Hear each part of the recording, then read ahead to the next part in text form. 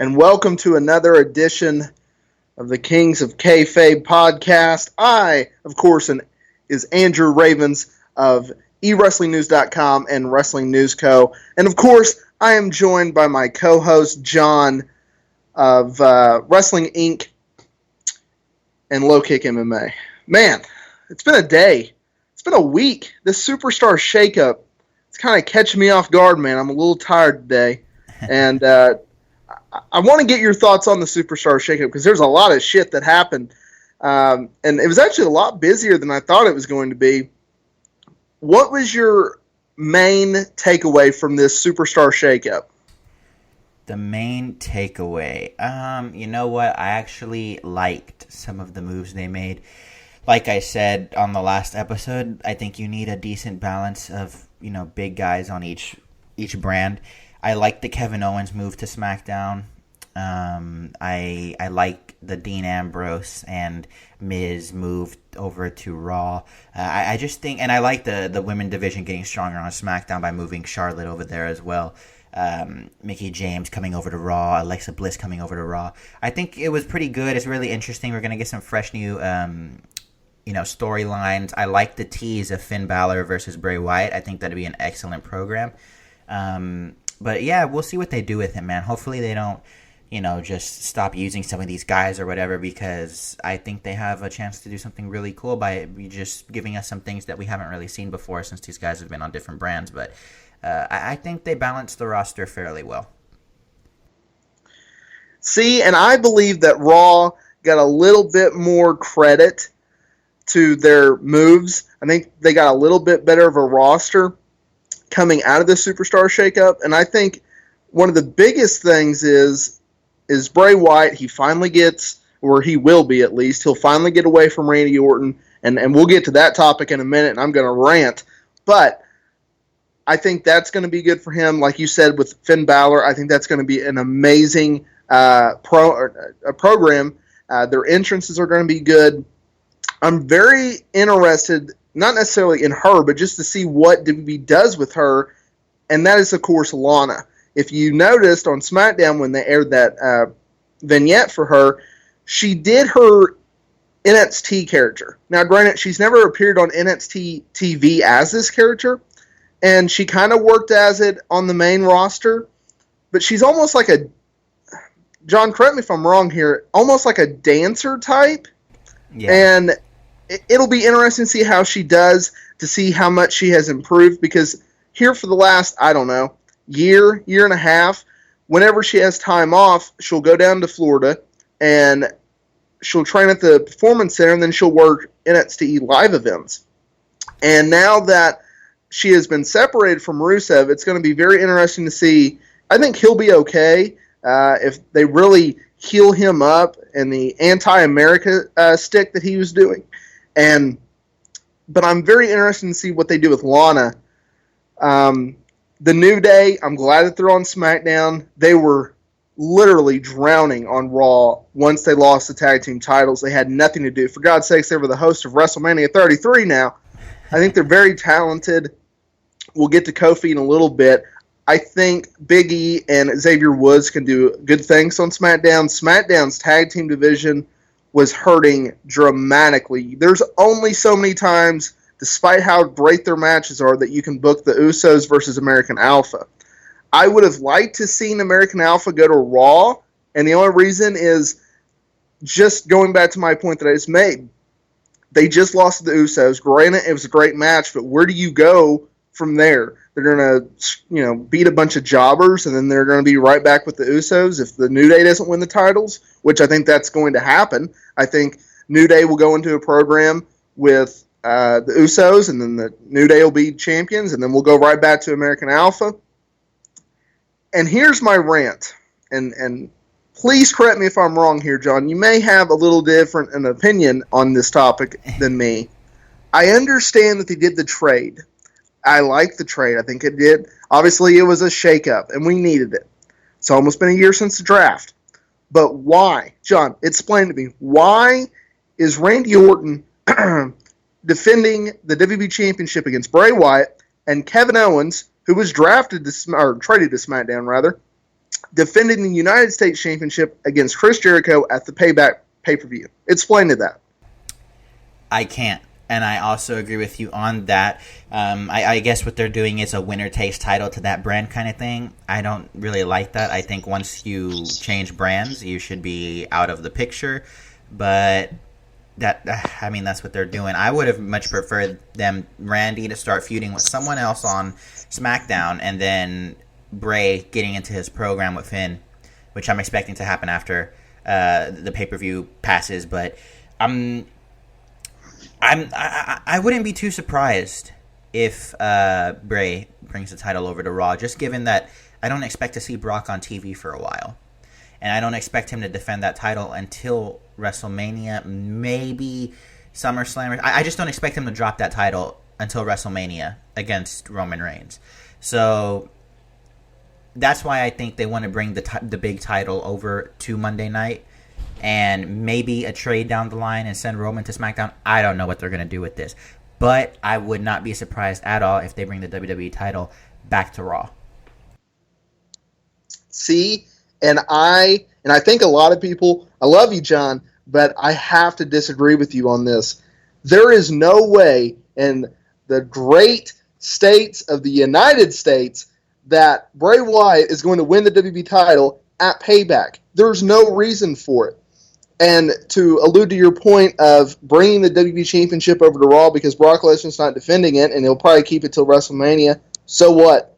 Titles are props. They don't mean anything. To the fans, they do, but in the eyes of the WWE, they don't mean anything. You keep the WWE title on SmackDown. That's all good, and that's what they're going to do, but I just cannot see them having two main titles on Raw. And they're sure as hell, at least I hope they're not going to create a third main title. I don't see that happening. I like the fact that they have created a brand split. Splint? Yeah, split. It's a damn split, John. All right? So you have one show with one roster, you have the other show with their roster, you have your pay-per-views, and then 4 times a year you have a co-joint show. You have your Royal Rumble, WrestleMania, Survivor Series, and SummerSlam.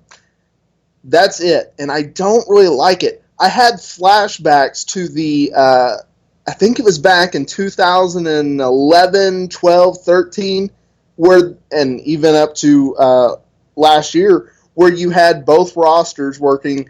It was one big roster, right? They worked Raw and SmackDown on the pay-per-views. I don't like that. I like 2 separate shows. And with the Owens-Jericho, I'm perfectly okay with it. But, and it'll lead back to Orton and Wyatt, you have a situation where Owens, yes, he's granting the rematch to Jericho, which, if you look at it in storyline sense, it makes all the sense. Jericho needs a rematch for his title that he lost at WrestleMania to Owens, and you book it on that pay-per-view. But there's 2 matches on this card that the fans, other than yourself, John, no offense, know what the outcome is. It's pro wrestling. Why people bet on this sport, it's not even a sport. Why they bet on this entertainment, I don't know. I don't get it, but they do. You're already telling the outcome of 2 matches on this show, which are 2 programs that will be hyped up leading into the show. Owens is going to retain. He is obviously going to go to SmackDown. Orton is going to retain, and he's obviously going to stay on SmackDown, and Bray Wyatt will go and do whatever. Hopefully he'll go into a program with Balor, but I just don't like the booking of it. I just don't. And this is a story that I'm very interested in getting your take on, and this is the whole JBL bullying story. If y'all have been living under a rock, and maybe in Canada, JBL allegedly bullied Mauro Ranallo, who was the previous SmackDown Live commentator. John, when this story first broke, what was your opinion on it? I mean, I have mixed opinions on it. I'm kind of on the boat of people are a little too sensitive these days. But then you hear things about Mauro having dealt with depression for, quite some time now. So I see both sides, and JBL is from Texas, as am I, and it's down here we're not really like that. We're not really the sensitive type. We like to joke. We're very, rib friendly over here, and it could push the envelope sometimes, but it's still rather friendly. It's not meant to do meant any harm or anything like that. Although it may seem like that sometimes, but just down here, the whole perspective is people are a little too sensitive these days. But I do understand where Morrow is coming from with his depression and whatnot. I've witnessed it firsthand, personally, so I know what he's going through. But yeah, I would have to say that when it comes to someone dealing with depression and you're trying to rib them and stuff like that, maybe, pump the brakes just a tad. As far as him losing his job and everything like that, I think that's a little overboard. Just because, this is Morrow's decision to leave. I don't know. I'm not back there. I don't know if Morrow's tried talking to him and saying, hey, let's try and figure this out or whatnot. But yeah, that's my whole take on it. Yeah, I agree with you, and I think people calling for JBL's job, it's a little bit overboard. Everyone knows that this guy is an asshole. And while I understand where Ronaldo is coming from, it's his decision. His contract ends in August.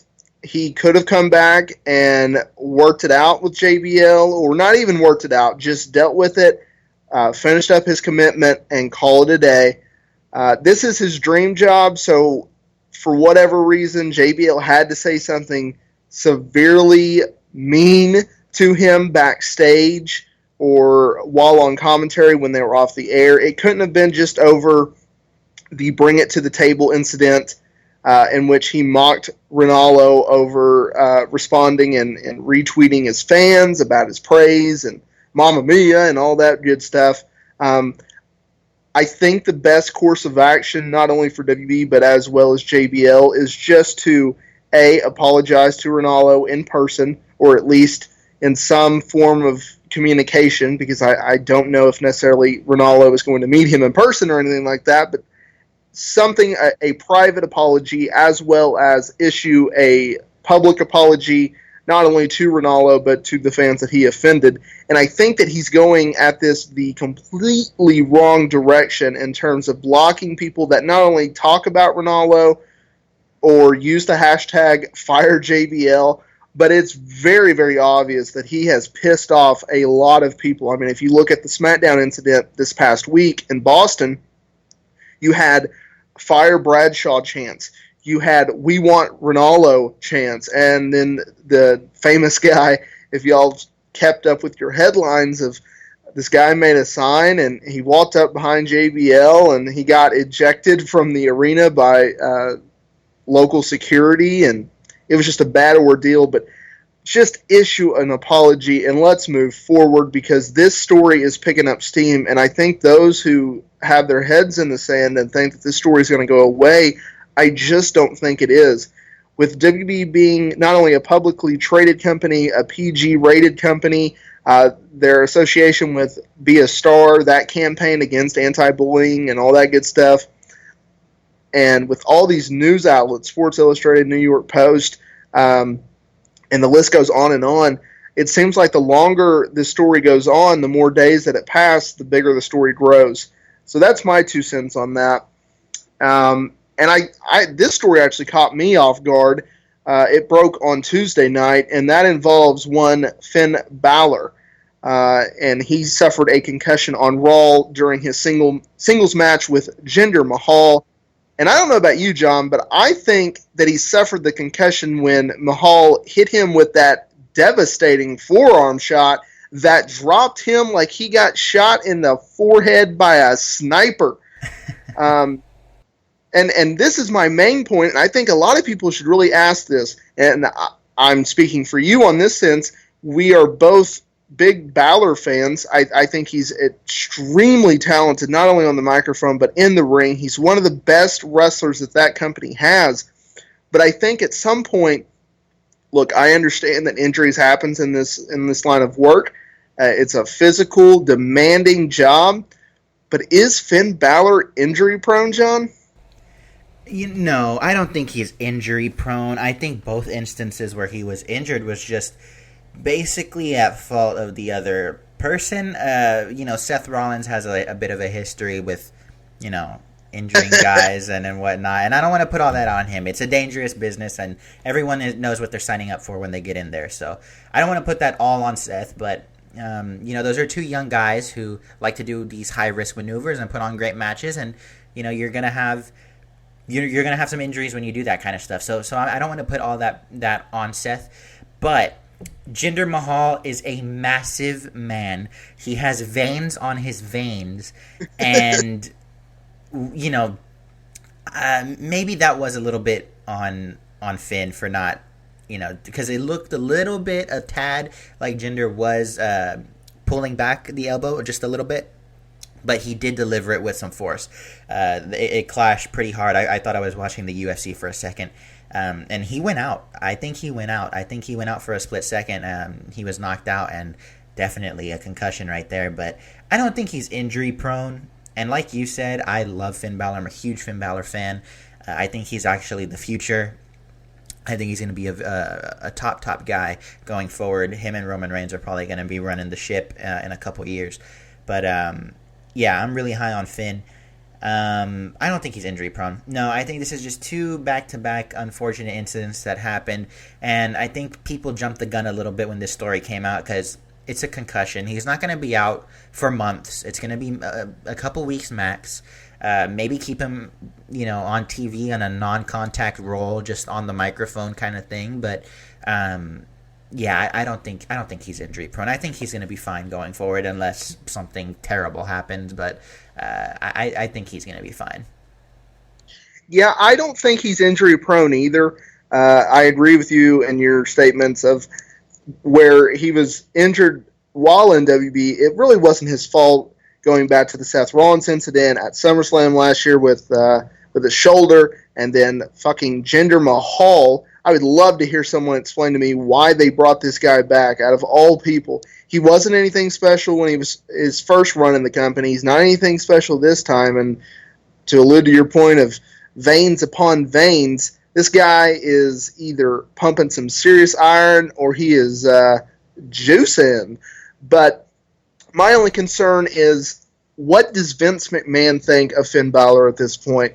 They gave him a huge push when he first was on the main roster. When he first got called up, he was the Universal Champion. He got injured. And Vince McMahon has, and you can't really fault him for believing this and going with this, but if he believes someone is injury prone, therefore their push is lessened and their value is decreased. And I just hope that is not something that happens to Balor because he is so talented. But I will say this, with Triple H being such a big fan of this guy, I think that helps him in that category in dealing with Vince McMahon and all the suits and ties and all that good stuff. Speaking of injuries and kind of keeping with it, Kofi Kingston. Whoa. This one kind of came out of left field, and I believe this was just a nagging injury that kind of caught up to him because he hasn't worked in the past month or so, and at least in in-ring action. Big E tweeted out a photo last, I think, Friday or Saturday. Yeah, Friday. And that Friday, thank you, sir. And that sparked speculation about, what happened to Kofi. And then on Monday, WWE announced on WWE.com that he underwent surgery and he had, fragments or some shit in his ankle? Yeah, something like that. But he'll be out several weeks, they said, because you really can't put a timetable on that. I would assume maybe a month and a half. It shouldn't be that long. And with Xavier Woods getting better and better in the ring, I always thought that he was an underrated guy. He'll carry the load with old Big E as long as Big E will stop doing those damn spears through the ropes and he lands on the floor on his shoulder. Good God. I don't know what that big man is thinking, but he needs to stop. Someone needs to pull him aside and address the situation because I love that spot, but I cringe every time I see it. Kofi Kingston, I don't think he'll be missed. And it's kind of sad to say so, but I think he'll be okay. Yeah, and I think the biggest, I really do think that Xavier Woods is the core of the New Day because he really has just the gift of gab on the microphone. I really enjoy his work on the mic and in the ring. He's very solid in the ring as well. But I really enjoy him on the microphone. And Big E, he brings the even more of a comedic effect to them because of just that little dance he does when he puts his hands behind his head and swinging his hips and everything. He's in his zone. That always gets me going. So, yeah, Kofi as well. He has his moments, but I think he's more of just the in-ring presence to that group. I mean, Kofi can put on a really good match himself. He always has those moments in the Royal Rumble where he almost gets eliminated, but not quite. He rolls on a chair. He lands on his hands. He does something crazy to stay in or whatever. So he's more of the in-ring guy to that group, I think. But like you said, I hate saying it myself, but I kind of agree with you to the point where I don't think he'll be missed terribly. But yeah, I think the New Day is going to be just fine going forward with him being on for however long he's out. Yeah, and switching gears here, and I might have said this on last week's podcast. I know I definitely tweeted it out. So make sure you hit those links in the description where we lay out all the social bullshit, please. We got the Twitters and the Facebooks and all that good stuff. Everything you need to know. But anyway, cheap plug. I tweeted this out, and I kind of want to get your opinion on this. The Hardy Boys. I strongly believed when they were in talks with WWE, they would negotiate a deal where they did not have to work live events, or at least a select amount of live events. Similar to a deal where Randy Orton has, where he works, 3 weekends out of the month, or 2 weekends out of the month, or whatever. Or he takes a month off from live events. At their age and with how their bodies are, I don't like the fact that the Hardy Boys are working live events. And trust me, I get why they are. I just don't like it. Obviously, having the Hardy Boys on the ads to promote the event in your little local town is going to, it's going to attract people to go and attend your events and spend their hard-earned money on your event, which live events are so much better than TV events, it's not even funny. I just don't like the fact because I think it's going to affect their in-ring work, and I think they're going to get beat down real quick because you have to understand this. While they did work select indies, they weren't working necessarily 4 days a week. They just weren't. You throw in their indie schedule along with their work in TNA, or Impact Wrestling as we should call it now, because it's not TNA. Granted, it is TNA, but we shouldn't call them TNA, but it's still not TNA. I don't get it. Impact Wrestling. It's still Impact Wrestling. I'm waiting on the day where they slap a Global Force Wrestling logo and call it a day, but I digress. I don't like the fact that they're working live events.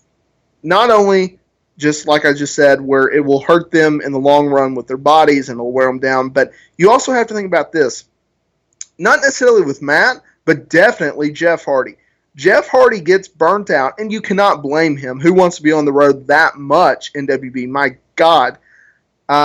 He gets burned out extremely easily on a WB schedule. He's already had 2 stints with the company. They run about 4 to 5 years.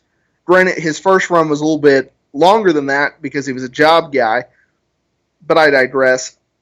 He doesn't work for WWE for long periods of time. And I think if they only work TVs and pay-per-views, I think that would help him out so much. And by Matt Hardy tweeting out that they would be working Friday, Saturday, Sunday, and Monday all this weekend, I think that's too much. Am I going overboard here, John?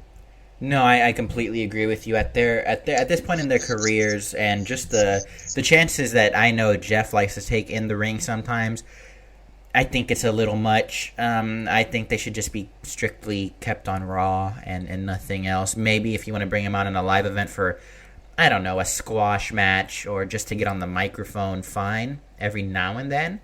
But I think they should be kept primarily just on TV.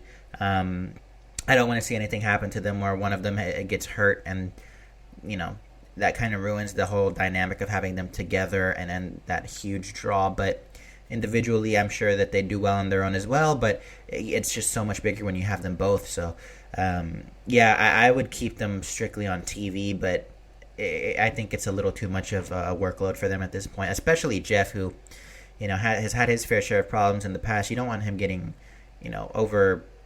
overwhelmed or anything like that at this point. So I would tone it down a bit. I am extremely sad. I am, John. I'm sad. You know why I'm sad, John?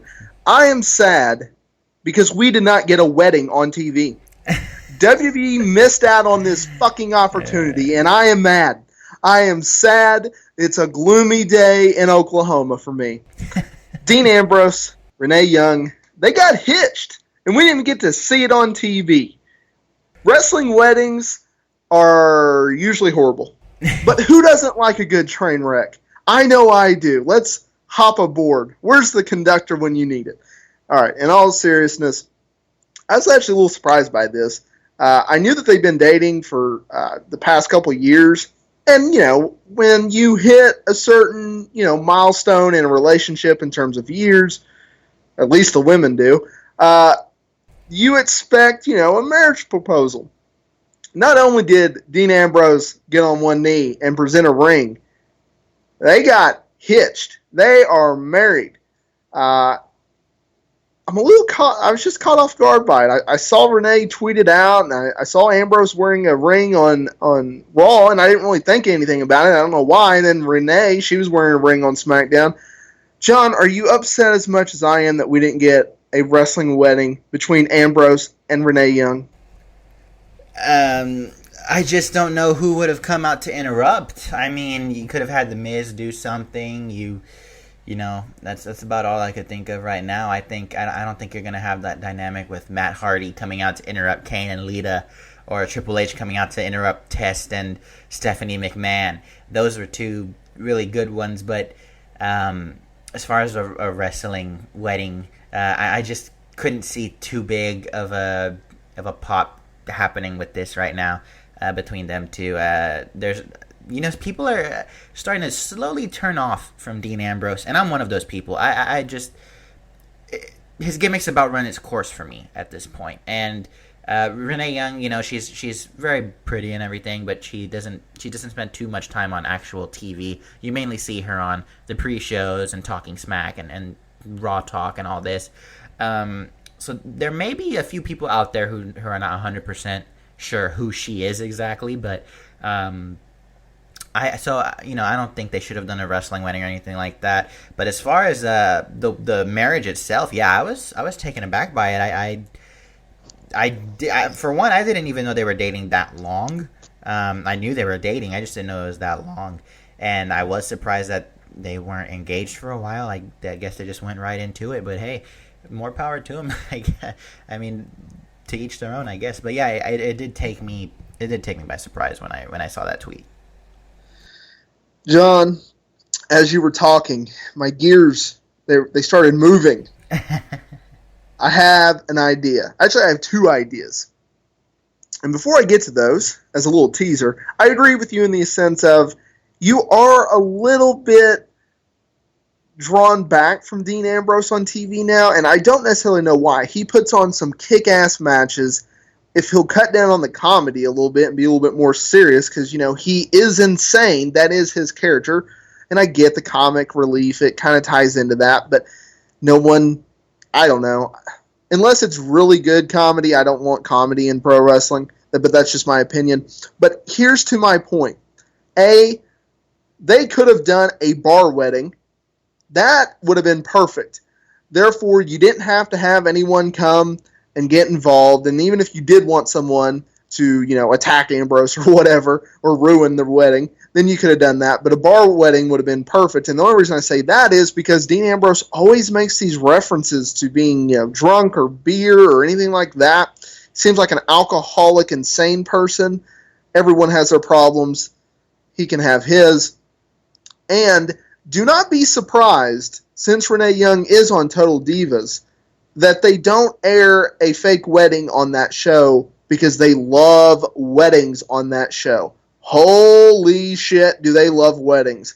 I'm man enough to say I watch Total Divas. You know why? Because it's entertainment. It's fake as hell. It's scripted reality TV. But it's funny as hell just to see all these people that are not actors trying to act. It's entertainment. Why not? And because I have to write about it. So I feel like if you have to write about something, you need to know what you're writing about. But I digress. Switching things over, and we're about to get it on fire. We're going to throw some fire onto this podcast. Kane, he's going to be a mayor. Do you know how bad I would love to live in Knox County, Tennessee right now? Walking around and seeing Kane in a suit. He's back to corporate Kane. Good God. Him and his slacks. Oh, God. I just want to know. I just hope that he wears his elbow pads when he's doing all these, what would you, I guess a campaign. Yeah, he is campaigning. So, yes, I hope he is full corporate Kane with his clipboard. He's running for mayor. I love the fact that wrestlers do something with their lives and get into a new career once they get out of pro wrestling, because no doubt Kane is on the heels of his career, and he's had his insurance company that he runs with his wife, and you have to give his wife more credit than he in running it, just because he was on the road for so many years. I love his Facebook videos that he posts on his insurance company Facebook page. Like, he'll break down insurance. It's fantastic. I feel like I'm having a one-on-one with corporate Kane, and I know corporate Kane wasn't a big deal back in the day, but I absolutely love it because, come on, man, Kane's wearing slacks. Would you want Kane being your mayor? Hey, why not? The big red mayor. I mean, you wouldn't, no one would want to fuck with you if you had him as a mayor. That dude's huge. But no, yeah, he, I don't know how, I don't follow politics super closely. I'll watch the occasional, newsroom every morning, something like that, but I'm not too invested in it. I don't know what his stance is on things or anything like that, so I don't know. I don't know what his whole deal is. I do know that he's been involved in politics for quite some time now, and it's something he's pretty passionate about, so I wish him the best of luck, and if he does win, I'd love to see him chokeslam his opponent onto a table or something like that. That'd be awesome. But yeah, that was crazy to see that he was going to run for mayor. That was something, man. So I'm sure there are a ton of McCain fans over there that'll be voting for him.